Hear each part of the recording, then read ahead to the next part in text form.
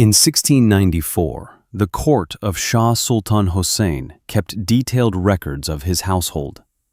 The inventory was precise.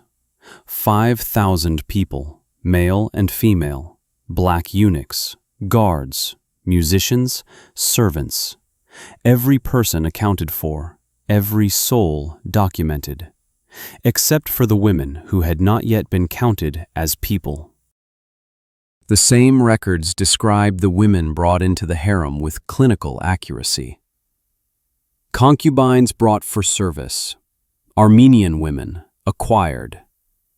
The language is neutral, administrative, as if numbering them somehow made what happened to them acceptable. But official records tell one story. What actually happened in those sealed quarters tells another. The court claimed these women were honored, selected, privileged. In the very same palace, physician records documented something different. Infections, pregnancies, deaths listed as natural causes, women disappearing from inventory without explanation. This is not a story about what the Shah's palace claimed to be. This is what it actually was. And it begins with women whose names were erased before anyone thought to write them down. The women we discuss existed in records designed to hide them. Official household inventories enumerate them like property. European diplomatic reports observed the harem from outside, describing what they witnessed without understanding what they were seeing. Palace physician logs document systematic medical control. Administrative records track resource allocation and staffing. The gaps, the moments where women vanish from documentation, are themselves evidence. The Safavid dynasty, 1501 to 1736, transformed the Persian harem into something unprecedented. A closed industrial system where women were inventory with assigned values. This was different from earlier dynasties where some royal women held political power. The Safavid harem was control machinery disguised as luxury. Armenian women entered this system through conquest, commerce, and treaties. When Safavid armies conquered Armenian provinces, women were taken. Slave markets in Crimea supplied others. Still more arrived as gifts, diplomatic tributes meant to secure alliances. The records distinguish between them only by acquisition cost and origin. We cannot recover every name. Most women left no record. Their existence was deliberately temporary, designed to be forgotten. But what remains is sufficient. Architectural plans showing the sealed compound, physician records documenting repeated pregnancies and forced terminations, administrative records showing how women were categorized and distributed, and critically, the systematic disappearances. The silence in the records is not accidental. It is deliberate erasure. Women who appear in one year's inventory cease to appear the next. No death records explain their absence. No discharge notices account for them. They simply stop existing in the documentation. But they existed. They suffered. They were here. Shah Abbas I understood that absolute power required control over reproduction itself. When he consolidated authority in 1590, he possessed something previous rulers had not: the complete elimination of opposition. No institution could limit him. No law could constrain him. No person could refuse him. He began imagining what that meant. What becomes possible when no one can say no? The Safavid harem was his answer to that question. It was not indulgence. It was architecture designed to verify absolute power. To know at any moment that he could summon any woman and she would comply. That her will had been completely subsumed into his. That she had nowhere to go and no one to appeal to. The official justification was protection. Women required guarding, Their sexuality needed containment. Their bodies were dangerous to royal bloodlines, to dynastic purity, to divine order. Therefore, protection meant sealing them in compounds surrounded by walls 60 feet high. Eunuchs controlled every entrance and exit. These castrated men, chosen specifically for their inability to participate sexually, held administrative power. They were the only intermediaries between the sealed women's quarters and the outside world. They reported only to the Shah. They had absolute authority over the women. But walls and guards were secondary. The real trap was psychological. Women were told repeatedly that being selected was an honor, that their purpose was sacred, that resistance would be treason against divine order, that their only security lay in absolute compliance. The Shah did not execute this alone. The system required complicity at every level. Eunuchs gained authority in exchange for loyalty. Palace physicians gained status in exchange for their participation. Families who provided daughters received compensation. Administrators who managed the system received advancement. Every person involved benefited from women's compliance. The physicians were crucial. They maintained detailed records, dates, durations, outcomes. They documented pregnancies. They managed forced terminations. They treated infections deliberately left to worsen. Medical logs from the period show precise patterns. Pregnancies allowed to develop, then terminated at specific stages, with complications treated only enough to keep women functional for future use. The physicians understood exactly what was happening. They wrote it down.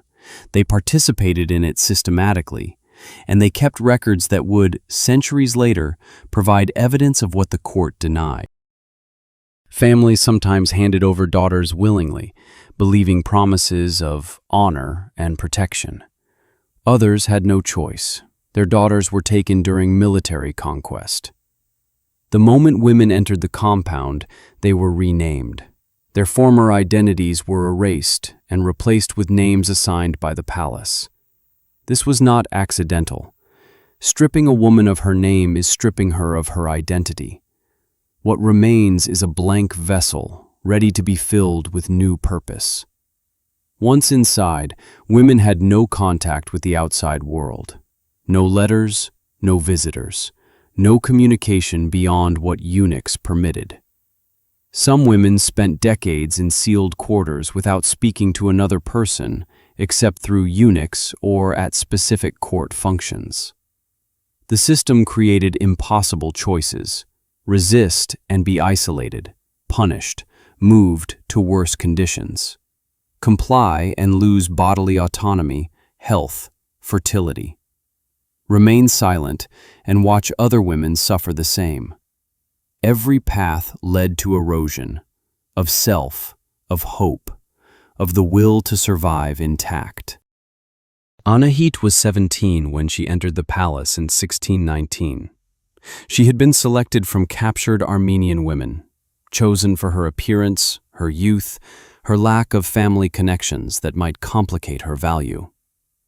Her first day was deliberately designed to confuse resistance. Instead of brutality, she found gardens, elaborate quarters with silk cushions and tapestries, attendants who served her on ceramic plates. A eunuch named Darius explained in a tone almost kind, "You have been honored. The Shah sees potential in you. Your responsibility is to entertain him, to be available.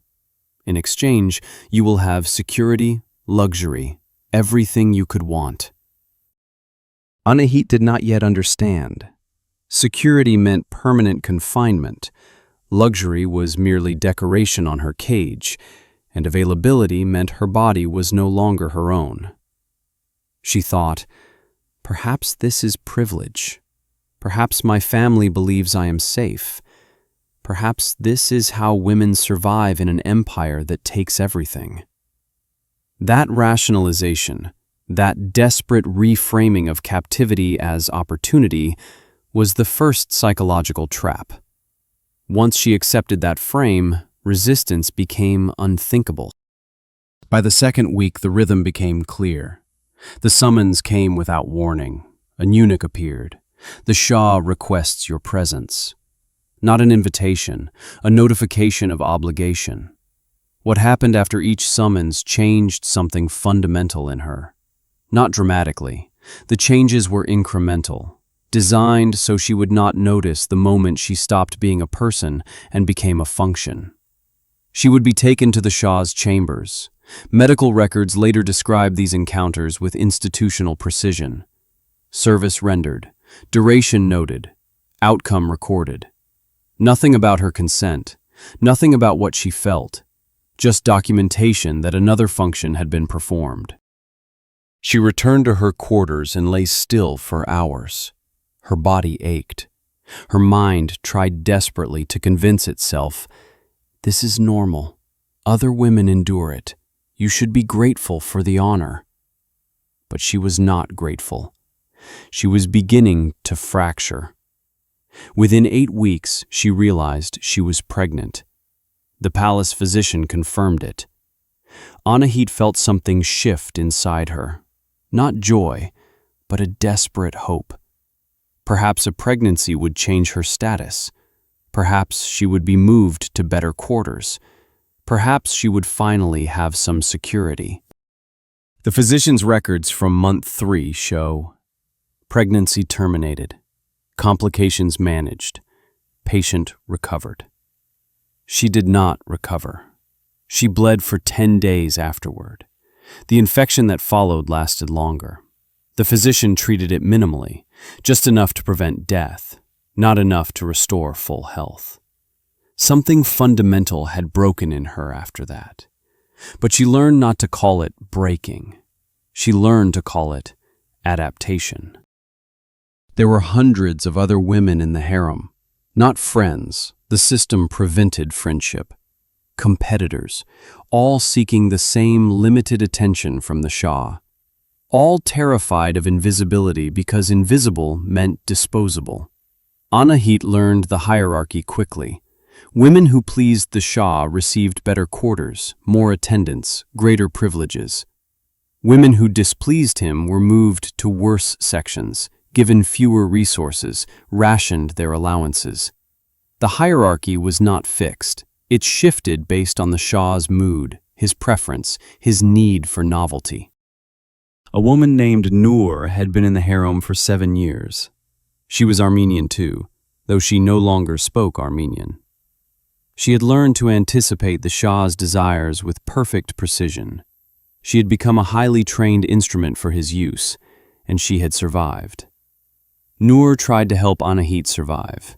She taught her how to move, how to smile, how to read the Shah's mood from the smallest changes in his expression.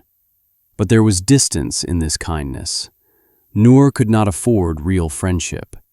Real friendship meant vulnerability. Vulnerability meant weakness. Weakness was punished. There was also Layla, who had tried to resist. She had refused a summons, claiming illness. The punishment was swift and absolute. She was moved to the lowest section of the harem, segregated with the oldest women and the least favored concubines. She became invisible. Within 3 months, she developed a fever. The physician's records note, patient deceased, cause, fever. Anahit understood the message. Resistance was possible, but the cost was your life. By year 7, Anahit had been pregnant 3 times. 3 pregnancies terminated. 3 medical procedures that left her weaker, her body scarred, her fertility damaged in incremental ways. The palace physician, a man named Rashid, maintained meticulous records.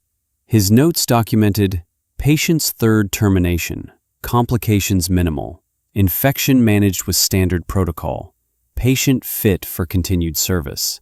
Fit for continued service. That phrase, those 3 words, captured the entire system's logic.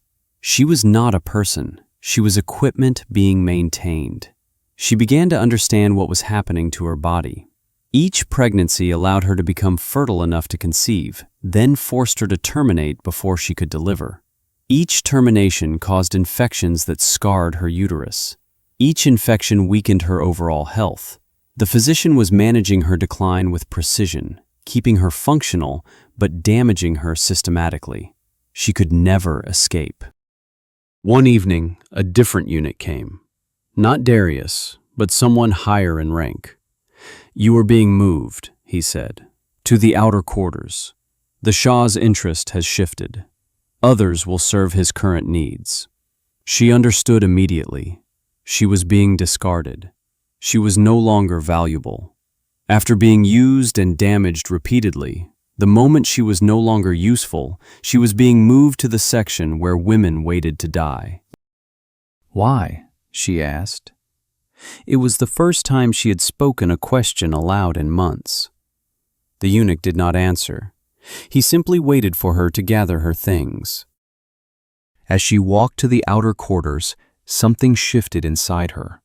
The hope that had sustained her, that if she endured enough, something would improve, collapsed completely. In its place came something sharper, clearer: anger. When the eunuch escorted her to her new quarters, she did not move quickly. She did not cooperate with the pace he set. She made him wait. She chose her own timing. It was a tiny resistance, insignificant in the machinery of the palace, but it was hers. Something flickered across the eunuch's face. Recognition, perhaps, or surprise that even now, faced with her own disposal, she could still assert the smallest fragment of will. "I am ready," she said finally, and she stood. She walked to her new quarters on her own terms, her own pace, her own timing. It changed nothing. She was still confined, still abandoned, still damaged.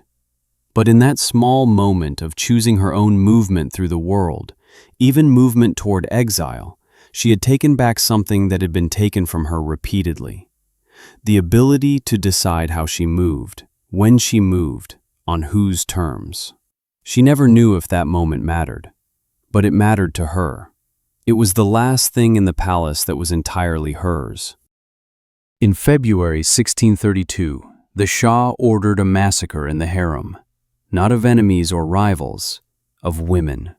40 women killed in a single night, alongside all the Shah's grandsons and granddaughters, everyone with a potential claim to the throne. The official record states, "Measures taken to secure the succession." The women have no names. Some historians suggest they were older women, past reproductive age. Others were widows of dead princes, threats simply because of their bloodlines. But there is another explanation in the gaps of the records. Women who had become liabilities. Women who remembered. Women who could testify to what happened to them.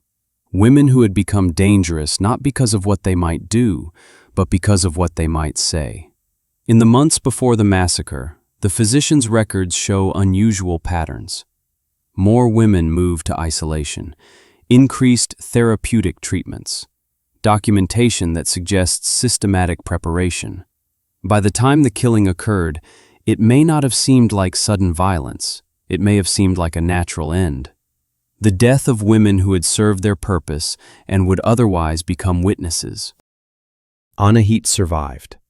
She was released from the palace in 1636 after 18 years of confinement. She was 40 years old. Her body carried the damage, chronic infections that would never fully resolve, reproductive scarring from repeated procedures, movement constrained by pain that never disappeared. When she returned to her community, she was not welcomed. The shame of having been in the harem was absolute and irreversible. Families did not celebrate the return of their daughters. They mourned them as dead, even though they still lived. Her own family turned her away. They had mourned her for so long that her continued existence was an intrusion into that mourning.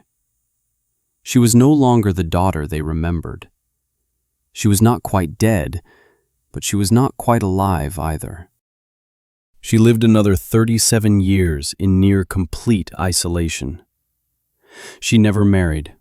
She could not have children. The palace had ensured that through systematic medical damage. She had no income, no family support, no place in society. When she died in 1673, she left no records. No one documented her death. She was one of thousands, an Armenian woman with a body, with a will, with a capacity to suffer and endure, who passed through the system and left no trace. But the system kept records even when it erased women. The gaps in the records are themselves evidence. The Safavid palace still stands in Isfahan. Tourists walk through it now and marvel at its architecture, its gardens, its magnificence. They read plaques describing the Shah's power and cultural achievements. They admire the intricate tilework and the soaring ceilings. The plaques do not mention the women. The architecture itself provides no indication of the sealed quarters where women were confined, where their bodies were controlled, where they were used and then discarded when they were no longer valuable. The silence is not accidental. It is institutional. History chose to remember the Shah's greatness and to forget the women who paid the price of his power with their bodies, their health, their freedom, their futures. What happened in the Safavid harem was not unique to Persia. It was not inevitable. It was a choice, made deliberately by men who understood that absolute power required control not just over land and people, but specifically over women's bodies, women's time, women's existence. The system's genius was that it was systematic, not individual cruelty, though that certainly occurred, institutional. It had rules, procedures, administrators, physicians to manage consequences, eunuchs to enforce control. It was a machine. Women were the material it processed. And every person involved understood what they were doing. The physicians documented it. The administrators recorded it. The eunuchs executed it. No one could claim ignorance. The records prove they knew. Yet the system survived because everyone involved benefited from its operation. The eunuchs gained power. The physicians gained status. The administrators gained advancement. The families who provided women gained compensation. Only the women lost everything. This particular harem no longer functions. The Safavid dynasty fell. Empires crumble and disappear. Systems are eventually dismantled. But the mechanisms remain. The belief that women exist for men's use. The idea that women's primary value is reproductive capacity. The conviction that controlling women's bodies is governance, not abuse. The institutional silence that follows when women try to speak. The women in the Safavid harem had no choice. They could not refuse. They could not escape. They could not even speak about what happened, because no one would listen and no one would care. But they were here. They suffered. They endured. They tried to survive. And their erasure from history is not evidence that they did not exist. Their erasure is evidence of how thoroughly systems of control can silence women, even after those systems fall, even after centuries have passed. When we look at history and see only the achievements of powerful men, we are accepting the version of history designed to erase women. We are choosing silence. The records exist. The evidence remains. The gaps and disappearances in the documentation are themselves proof of what was hidden. So the question is not whether this happened. The question is, why did we agree to forget?